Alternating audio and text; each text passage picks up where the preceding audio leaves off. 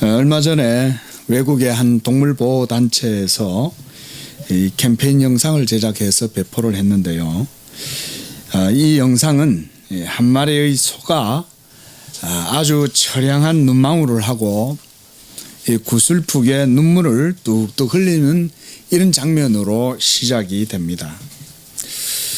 보신 분들도 있을지 모르겠습니다만은 이 장면을 보는 사람들은 누구나 할 것 없이 이 소가 곧 이 도축장으로 끌려가게 될 이런 운명이라고 하는 것을 직감하게 됩니다. 하지만 잠시 후에 이 소가 도착하게 된 곳은 도살장이 아닌 바로 이 단체가 준비해 놓은 푸른 목처지였습니다. 거기에는 이미 다른 여러 마리의 소들이 한가롭게 풀을 뜯고 있었고, 또 이 새로운 신입생 소가 이제 이곳에 입소하니까 이 반갑다는 듯이 이 소들이 몰려와서 서로 비비고 또 자기들끼리 이 뭔가 이 속삭이는 듯한 인사를 하고, 그러면서 이 서로 막 이렇게 뭔가 격려를 해주는 것 같기도 하고 하여튼 그랬습니다. 그러자 처음에는 이 어리둥절해 있던 이 소가 자기가 이 도살장에 죽으러 간 것이 아니라 이 자유로운 이 풀밭으로 이사를 왔고 이제 죽지 않을 것이라는 이 안도감에 이 펄쩍펄쩍 뛰는 거예요. 그리고는 막 다른 소들도 같이 막 뛰고, 그러면서 서로 막 소들이 갑자기 막 하나가 뛰니까 서로 막 뛰면서 풀밭을 막 뛰어다니는 거예요. 우리는 이 동물에게 감정이 없는 것처럼 생각하기 쉽지만, 그러나 사실은 이 창조 세계의 생존 본능이라고 하는 것은 그리 단순한 것이 아닌 것 같습니다. 살아있다는 것, 그리고 살아가고자 하는 이 의지, 이거는 인간에게만 아니라 이 모든 생물의 가장 근본적인 이 본성이고 의지입니다. 소, 돼지, 쥐, 호랑이, 개, 닭, 여우, 원숭이, 여러 동물들이 많죠. 그러나 그들은 왜 자신이 이렇게 태어났는지는 몰라요. 그렇지만 여하튼 죽고 싶지는 않는 거예요. 자기의 천적이 나타나면 두려워서 숨고 어쨌든지 자기의 생명을 보호하려고 자기의 색깔을 싹 바꾸고 나무 뒤에 숨든지 이 별별 생존 수단들이 다 있습니다. 이와 같이 생존 본능이라고 하는 것은 모든 생물과 사람에게 이 하나님께로부터 전성적으로 부여받아 살아가는 것입니다. 우리가 창세기 1장 이 내용에도 보면 하나님께서 모든 만물을 창조하실 때 또한 그곳에 갖가지 식물과 동물들을 다 창조하시잖아요. 그때 하나님께서 이 생물들에게 뭐라고 하시냐면 창세기 1장 22절에 보면 번성하고 충만해라 이렇게 하나님께서 명령을 하셔요. 우리는 여러분 개체의 선택에 의해서 진화론적으로 그렇게 종족을 보존하기 위해서 하는 거다라는 식으로 말을 만들어 가지고 표현하지만 사실은 그게 사실이 아니에요. 원래 사실은 하나님이 창조하실 때 명령하시고 이 명령에 의하여 모든 피조물 가운데 하나님께서 살라라고 하셨기 때문에 모든 생물들은 죽고 싶지가 않은 거예요. 하나님이 살라고 했기 때문에 사는 거지 종족 보존 때문에 살려고 하는 건 아니에요. 그거는 세상을 잘못 보는 거죠. 그러함에도 사람들은 생명에 있는 모든 것들이 태어나서 살다가 죽음으로 돌아가는 것을 당연한 순리로 여깁니다. 하지만 성경은 그렇게 얘기하지 않습니다. 지금 이 모든 세상은 처음 하나님이 창조하신 그 순수하고 선한 상태가 아닙니다. 죄와 부패하고 오염되었고 그리고 저주로 가득하게 된 것이 지금의 세상이죠. 인간의 죽음도 여러분 자연적 순리가 아닙니다. 제가 어릴 적에 고향에서 자랄 때 보면 주변에 믿지 아니하시는 친척 어르신들이 많아요. 우리 저희 집은 이제 교회를 다니고 예수를 믿으니까 저희 집 어른들이 가서 전도를 하고 예수를 믿으라고 권해요. 그러면 이렇게 나중에 피드백이 이렇게 와요. 그런 게 어디 있냐. 그래서 살다가 죽으면 끝나는 거지. 이렇게 제가 어른들한테 그런 소리를 많이 들었어요. 그리고 그것은 그분들뿐만 아닙니다. 대부분의 많은 사람들이 다 그렇게 생각해요. 심지어 학식이 있다는 학자들도 다 그렇게 생각합니다. 살다가 죽으면 끝나는 거지 그 뒤에 뭐가 있다는 생각 자체가 없다는 거예요. 예. 그러나 그것이 아닙니다. 여러분이 죽음은 자연적 순리가 아닙니다. 그것은 죄의 형벌이고 원래 하나님께서 이 세상을 모두 다 그렇게 살도록 창조하신 그 의도에 벗어나 있는 거예요.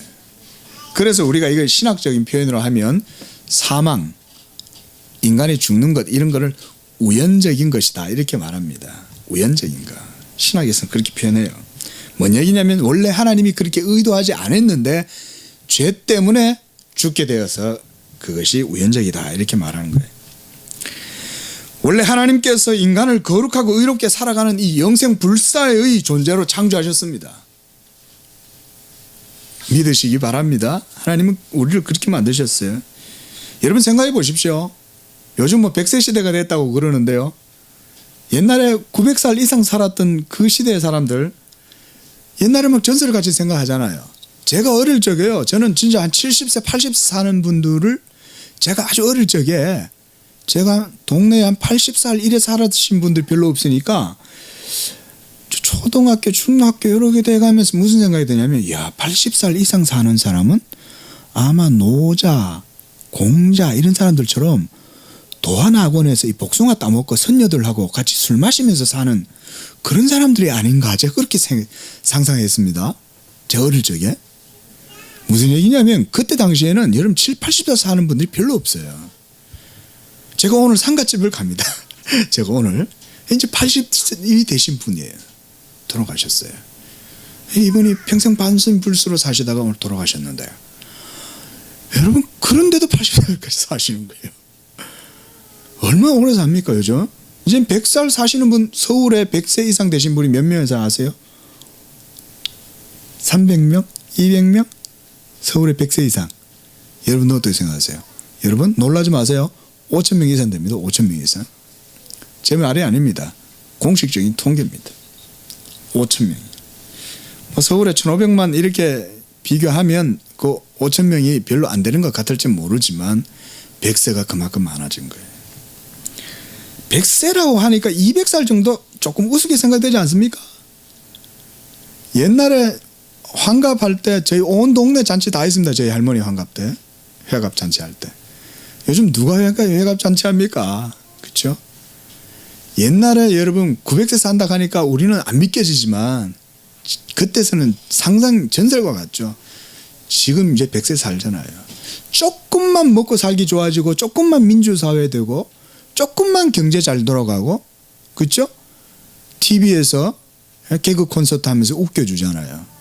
온갖 좋은 책들 나오잖아요. 온갖 좋은 영화들 나오잖아요. 그런 거 보고 잘 먹고 잘 살고 이러니까 오래 사는 거예요. 하물며 노홍수 이전에 이 하나님이 창조하신 이 세계가 그대로 보존되었을 상태에 얼마나 살기 좋겠어요. 아무나 길 가다 뜯어먹고 살아도 오래 사는 거예요. 다 약초고. 예.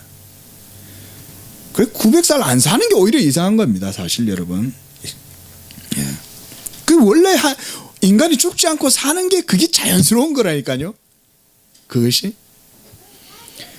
우리는 워낙 죄에 침잠해가지고 사망에 억눌려가 살기 때문에 그냥 고래 사는 게 당연하다고 생각하는데 그게 순리가 아니에요, 여러분. 5, 60대가 늙어가지고 점점 이제 꽃이 시들어 가는 것 같은 게 자연스럽냐? 사실 하나님이 그렇게 의도해서 만드신 건 아니라는 거예요. 로마서 5장 12절 말씀을 보면 그러므로 한 사람으로 말미암아 죄가 세상에 들어오고 죄로 말미암아 사망이 들어왔으니 이와 같이 모든 사람이 죄를 지었으므로 사망이 모든 사람에게 이르렀다 그랬습니다. 원래 하나님께서 창조하신 세계는 죄와 부패와 오염이 없는 순수하고 선한 상태였습니다. 선한 상태. 하나님이 창조하신 그 자체 그대로. 그 가운데 자연 상태의 아담은 하나님과 아무런 문제가 없었어요. 그렇지만 죄가 들어오자마자 아담은 하나님을 피하여 숨기 시작합니다. 그리고 자신들의 벌거벗었음을 알고 두려워합니다. 바로 여기에 인간이 참된 생명의 길과 단절되고 하나님을 떠나게 된 배경이 있습니다. 하나님을 떠난 인류는 더 이상 영적인 존재가 아닌 육적인 존재로 전락해서 하나님의 생명에서 떠나 허망한 육적인 것을 추구하고 그것이 마치 최상의 것인 양 여기면서 허탄한 삶을 살아가는 것이 지금의 모든 인생들이 그래 살아요. 저는 어릴 적에 이 사실을 잘 몰랐어요. 세상 속에 그저 파묻혀서 무지 속에 그냥 자라니까 그런 줄 몰랐어요. 그런데 하나님의 말씀으로 영이 깨이고 눈을 열어서 이 세상을 보고 하나님 말씀을 통해서 세상을 보니까 세상의 질서가 어디에서 뒤죽박죽 됐는지가 보이는 거예요.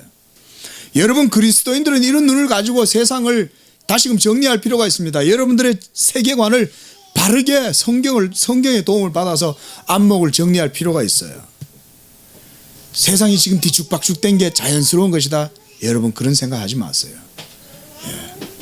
설악산 금강산에 올라가서 하나님이 창조하신 이 세계가 너무나 아름답다 노래하지만 그렇게 아름답다고 노래하는 여러분 설악산과 금강산도 사실은 뒤죽박죽된 상태인데도 그 정도인 거예요.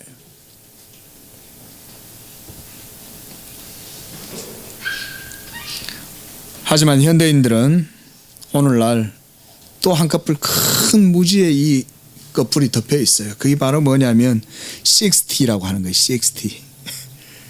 예. IT, BT, NT, ET, ST, CT. 이 뭐지? 뭐냐면 이 고도의 하이테크놀로지 이 사회 시대를 살아가니까 인간이 마치 그런 것들을 다 극복하고 죽지 않고 영원히 살 것처럼 착각하고 살아간다 이거예요. 예? 그것이 마치 대단한 것인 양 생각하고 살아간다는 거예요. 물론 30년 전에 과학기술로만 비교해도 엄청난 발전과 진보를 이루었죠. 그것은 사실입니다. 그렇지만 그것은 정작 뭐예요? 생명 그 자체의 본질은 전혀 아니죠. 그냥 기술 좀 발전한 거예요. 그리고 사람들은 생명 그 자체의 근원이 무엇인지를 알지 못하고 그저 건강하게 오래 사는 것이 가장 최선인 양 생각하며 그렇게 살아갑니다. 이제 뭐 좀 있으면 암도 정복되겠지, 뭐도 어떻게 정복이 되겠지, 의학기술이 많이 일어나니까 막 그런 얘기를 하겠지만 여러분 결코 그것은 영적인 문제의 해결은 아니라는 사실이에요. 주님이 뭐라 그러셨죠? 예? 사람이 영으로 다시금 거듭나지 않으면 안 된다 그랬거든요. 영적인 문제가 본질적인 것이지 육적인 문제는 아무리 떠들고 정말 뭐 우리 난리 부르스를 쳐도 안 돼요. 예. 여러분 인간은 죽지 않고 그 상태로 100만 년 산들 뭐합니까? 영적 생명이 없이 100만 년 살고 100만 년 동안 뭐하고 살 거예요? 하나님도 없이 맨날 땅에서 난 거 먹고 즐기면서 살고 온갖 육체의 탐욕조차 살아갈 거 아니에요. 그러니까 하나님께서 여러분 이 세상의 물심판으로 이 세대를 근절시킨 거죠. 오래 살면 인간이 결코 그러니까 지구의 지축이 뒤틀리면서 지구의 생태계가 다 파괴되잖아요. 그러니까 하나님께서 인간의 수명을 120세로 딱 한정해놨어요. 저는 그렇게 믿어요. 성경이 그렇게 얘기했기 때문에. 과학기술이 아무리 발전해도 120세 이상 살기는 어렵습니다. 어쩌다가 드문드문 전 세계에서 125세, 130세까지 살 수 있는 사람이 어쩌다 나올 수 있을지는 몰라요. 그럴 수는 있을 거예요. 그래도 기본적으로 120세는 못 넘습니다. 왜? 하나님이 이 세상을 딱 그렇게 지금 정해놨거든요. 그 이상 못 넘어요. 그 한계치를. 여러분 참된 생명이란 뭡니까? 참된 생명 말씀드렸다시피 뭐 웰빙 이런 라이프를 즐기고 엔조이하고 늙지 않고 하고 싶은 거 하면서 오래도록 이 육적인 만족감을 즐기고 그렇게 살아가는 거 이게 생명입니까? 아니면 또한 그보다 더 고차원적인 뭐 음악을 즐기고 문학을 즐기고 예술을 즐기면서 이 정신적인 고상함을 추구한 이런 부류, 뭐 그들의 삶은 그러면 생명입니까? 그것도 아니죠. 해 아래에서 하나님을 떠난 인생들이 추구하는 그 어떤 것도 새로운 것은 아무것도 없습니다. 하나님을 떠나서 추구하는 그 어떤 것도 생명이 아니요 새로운 것은 없습니다. 여러분, 생명은 항상 새로워야 되죠. 그러지 않아요? 지금 이곳에 생명이 있습니까? 우리는 이곳에 생명은 없다고 말합니다. 잠시 살아있을 뿐이지만 이제 내일부터는 점점 시들어갈 겁니다. 왜냐하면 생명에서 떠나있기 때문에 그렇습니다. 생명은 계속적으로 공급이 돼야 됩니다. 그래서 새로운 거예요. 계속 공급되니까. 그걸 어디서 얻을 거냐 이거예요. 예레미야 선지자는 17장 13절에서 이렇게 말했어요. 이는 생수의 근원인 여호와를 버립니다 그랬습니다. 하나님의 생명의 표현을 생수라고 말했어요. 생수는 뭐예요? 이거 솔직한 말로 생수 아니죠. 벌써 떠다 나왔잖아요. 이게 벌써 얼마나 된지 모르겠습니다. 유통기한 얼마나 지났는지 모르겠고. 생수 아니죠. 솔직히 떠다 놓은 물이죠. 생수는 끊임없이 솟아올라오고 끊지지 않습니다. 계속 날마다 새롭습니다.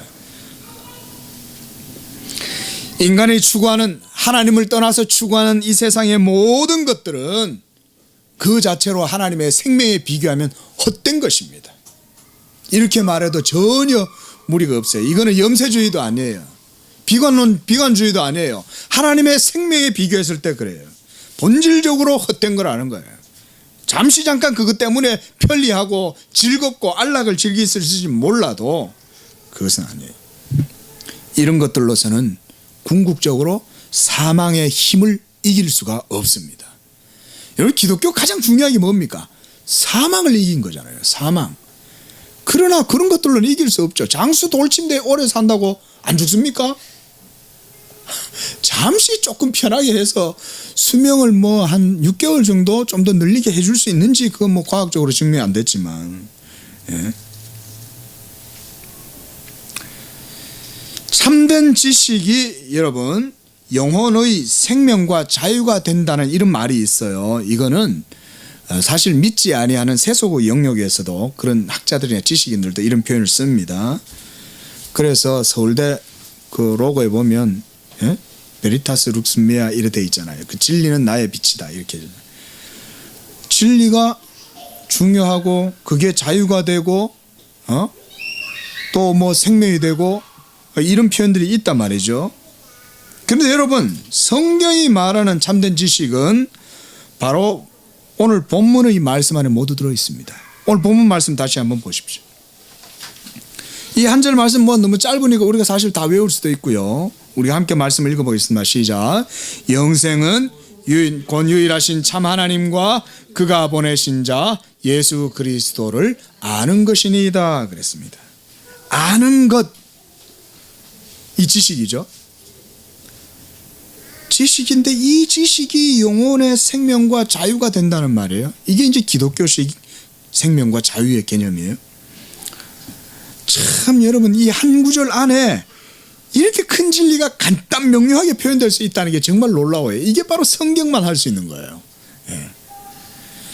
성경은 사람이 하나님을 안다는 것에 대해서 철학적이거나 인문학적인 그런 차원에서 말하고 있지 않습니다. 사람이 상상하는 신, 인간에 의해서 구성된 어떤 신적 개념, 그런 게 아닌 오로지 하나님에 대한 참 지식은 스스로 계시하시는, 스스로 존재하시는 그분만이 우리에게 알려주실 수 있는 바로 그런 지식, 바로 그런 하나님만이 알려줄 수 있는 것입니다.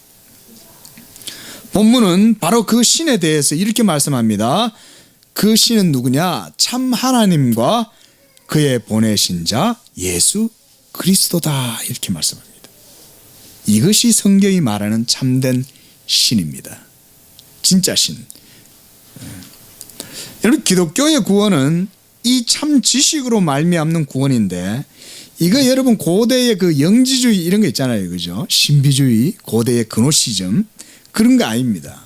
지식으로 말미암아 생명과 구원을 얻는다는 이 표현은 성경에도 있습니다, 여러분. 지식 때문에 구원을 얻어요. 그런데 문제는 뭐예요? 이 지식이 뭐냐가 문제인 거예요.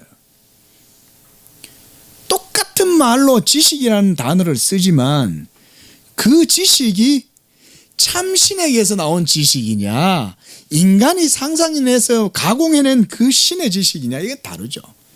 여러분, 그리스 로마 신화 읽는다고 해서 그 속에 신 얘기가 많이 나온다고 해서 로마 신화를 읽으면 사람이 변화됩니까? 안 되죠. 예. 여러분, 이 영지주의는요, 이 스피릿이라고 하는 말을 해도 한 가지 중요한 차이가 있어요. 본질적으로 뭐냐면 성육신 하신 로고스는 말하지 않아요. 이게 아주 큰 차이예요. 그래서 사도 요한도 뭐라 그래요? 그들은 예수 그리스도의 성육신을 부인한다 그러잖아요. 그리스도의 육체로 오심을 부인하는 자마다 적그리스도라 그러죠. 영지주의가 사실 이 적그리스도의 연기예요, 연기. 예, 적그리스도가 피우는 연기. 그런데 오늘 우리가 읽은 이 본문 속에는 참 하나님, 그 참 하나님은 곧 성부, 성자, 성령, 삼위일체 하나님.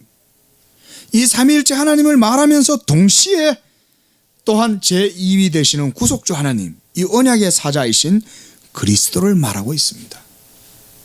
영생은 곧 유일하신 참 하나님, 삼위일체 하나님, 또한 그의 보내신 자 제2위 예수 그리스도, 그를 아는 지식에 있다는 거예요. 얼마나 교리적입니까? 그죠? 내용 자체가. 특히 우리가 여기서요, 이위신 성자 예수 그리스도가 보내심을 받았다는 이 말씀에 유의해야 됩니다. 말씀 한번 잘 보세요. 하나님이 보내신 자, 하나님이 보내셨다는 거예요. 어디에서 어디로, 어디로부터 어디로, 어디에서 어디로, 이렇게 보냄을 받았다는 겁니다. 하나님께로부터 보내심을 받은 그리스도, 이것이 바로 기독교의 구원을 이렇게 이해하는 것입니다. 여러분, 기독교의 지식은 이와 같은 겁니다. 성부, 성자, 성령, 삼위일체 하나님을 알되 제2위이신 예수 그리스도를 아는 그 지식, 여기에서 바로 이 지식이라고 하는 단어가 우리 영혼의 생명과 의라는 개념으로 이해하면 되겠습니다. 이 오후 시간에 잠시만 한번 따라 해볼까요? 생명과 의. 여러분, 그게 바로 성경이 말하는 지식이라는 말입니다. 성경에서 성도의 구원, 인간 영혼의 구원이 지식으로 말미암다고 할 때 바로 그 지식은 생명이요 의라는 개념이에요. 이 말씀이 우리 영혼의 생명이 되고 그 생명은 곧 의 그 자체입니다. 의. 그러니까 여러분, 우리가 의로 구원받습니다. 구원받는다는 게 여러분, 이렇게 내가 하나 탁 들고 이렇게 하나님이 내 손으로 이렇게 들어가지고 저희 하늘로 갖다가 던져 올려놓는다, 이런 의미가 아니에요. 그런 그림을 그리면 안 돼요. 그거는 정말 여러분 구약보다 더 미숙한 어린 시절에 했던 그런 모형적인 그림책 유치원에서 그림책 배우는 수준밖에 안 돼요. 그게 아니에요. 실제는 뭐냐면 하나님께서 우리를 자기의 의로 구원하시는 거예요. 그 의가 예수 그리스도의 지식이에요. 그 지식이 여러분들의 영혼의 생명이 돼요. 이사야서 53장 11절 말씀 제가 읽어보겠습니다. 그가 자기 영혼의 수고한 것을 보고 만족하게 여길 것이라. 나의 의로운 종이 자기 지식으로 많은 사람을 의롭게 하며 그랬습니다. 자기 지식으로 많은 사람을 의롭게 하고 그들의 죄악을 담당하리라 그랬습니다. 성경은 이처럼 그리스도께서 자기 지식으로 많은 사람을 의롭게 한다고 그랬어요. 여러분, 이게 바로 기독교 성경의 구원의 개념입니다. 그래서 우리가요, 예수 믿으면 딸랑 휴거 돼가지고 천국 가고, 여러분, 이런 세대주의적이고 또는 마치 여러분 이 의하고는 전혀 개념, 이 의라고 하는 이런 개념, 성경적 개념 없는 구원, 여러분 비성경적이에요. 아주 해로워요, 우리한테. 예. 여기서 그리스도께서 자기 지식으로 구원한다고 할 때 이 자기 지식은 다름 아닌 그리스도의 인격과 사역을 포함하는 거예요. 이 아주 중요한 표현입니다. 예수님이 자기의 인격과 사역을 모두 포함하는 게 바로 그리스도의 지식이에요. 그래서 우리가 여러분 교리 공부 같은 걸 왜 강조합니까? 교리를 강조한 이유가 그 안에 예수 그리스도의 신성과 인성 삼위일체, 그리고 그가 행하신 모든 언약의 사역들, 이런 것들이 다 그 교리 속에 있거든요. 그게 바로 우리 성도들의 의와 구원이 되기 때문에 우리가 그걸 배우는 거거든요. 그리고 그리스도의 인격은 신성과 인성이 중보자의 위격 가운데 연합되어져 있습니다. 그리고 그리스도께서 모든 사역을 통해서 택자들의 언약의 머리로서 그 의를, 이 택자들의 의를 위해서 자기 공로를 이루시고 그 이루신 공로를 우리에게 의로 선물로 주시는 거예요. 그래서 기독교의 지식은 이렇게 단순히 영지주의자들이 생각하는 그런 사변적이거나 관념적이거나 신비적이거나 그런 그노스틱한 그런 게 아니에요. 그게 아니라 하나님께로부터 보냄을 받은 그리스도가 신성과 인성의 이 양성의 중보자의 직임을 통해서 그 모든 일들을 담당하고, 그리고 그 모든 의를 자기 행위로 성취하셔요. 이 땅에 오셔서. 그리고 하나님의 완전한 율법의 의를 다 이루심으로 그 공로를 우리 믿는 자들에게 값없이 전가해 주셨다는 이 진리의 말씀을 바로 하고 있는 것입니다. 이게 바로 기독교의 지식이에요. 그러므로 우리가 말하는 지식은 누구하고 완전히 일치합니까? 바로 예수 그리스도하고 일치하는 거예요. 그리고 예수 그리스도와 일치한다는 의미는 예수 그리스도를 보내신 삼일째 하나님과 일치한다는 의미예요. 그렇기 때문에 오늘 우리가 읽었던 이 본문의 말씀, 영생은 곧 유일하신 참 하나님과 그의 보내신 자 예수 그리스도를 아는 것이다. 그러므로 하나님을 알미 곧 우리 영혼의 생명이 되는 것입니다. 구약 성경에도 여러분 이처럼 지식을 강조했습니다. 그렇죠? 대표적인 선지자 누굽니까? 호세아 선지자잖아요. 호세아 선지자는 하나님의 백성에게 이 지식이 있어야 된다고 말씀하고, 그리고 이 지식이 곧 하나님 그분 자신에 대한 지식임에 대해서 호세아 선지자가 말했어요. 호세아서 4장 6절에 보면 내 백성이 지식이 없으므로 망하는도다. 네가 지식을 버렸으니, 여기서 지식은 뭘까요? 바로 하나님 자신이에요. 근데 하나님 자신을 버렸다라고 하면 좀 추상적이잖아요. 잡히는 게 없잖아요. 뭔가를 버렸는데 이게 잡히는 게 없이 그냥 버렸다니까 개념이 모호한 것 같단 말이에요.